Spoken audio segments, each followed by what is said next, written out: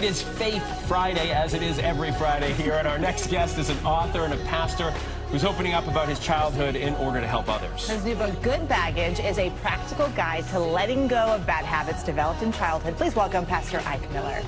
Thank you so much for being with us. Thanks so much for having me. So this book came out of your own childhood. Kind of explain to us the process to decide to write this book. Yeah, so my story is I grew up in a context with a father who had what we would call an alcohol use disorder or alcoholism. And that ultimately led to my parents' divorce. And the funny thing about my story is I think in high school and college, I kind of thought I escaped all of that without any baggage, to the point where I remember saying at one point, I really hope I marry somebody without any baggage.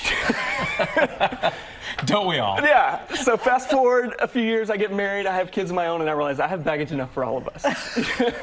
And so as I began to work through that baggage, though, I began to realize that we often think of baggage as all the things that make us bad at relationships. But really, baggage is the coping mechanisms that we developed in a relationship that was unhealthy, that was dysfunctional. And we carry that then into relationships that don't need them or that they don't fit. And that's where they wreak havoc. So that's why it breaks relationships. But we have to remember that that baggage, those coping mechanisms actually work to protect us. They were strengths that it gave us. And so when I began to realize the strengths it gave me, I said, you know, if I can disarm the negative impact of these things, I can actually use these strengths for the good of my relationship. It's sort of what I tell my children too. Bad experiences, bad things that have happened, you can learn from them and turn them into. That's why good baggage is such a smart title, because baggage doesn't mean necessarily bad all the time. So how do you use faith to sort of help heal family trauma? You talked about, you know, your dad's alcoholism. Yeah, you know, I think a lot of times when we think about faith and healing, we tend to think of something that just happens instantaneously, that I should just pray and this should get better. And one of the stories I love is Jesus coming to this man who's been unable to walk for 38 years. And he tells this man, get up, take your mat and walk. And what I love about that story as I think about baggage is essentially Jesus didn't just say, you're healed. He said, take your mat and walk. In other words, I want to invite you to participate in your own healing. And what faith does is it gives us the power, the strength to take up our baggage and to walk. And that's what I really encourage people to do, is that it's not just something that happens in an instant. We get to participate in our own healing.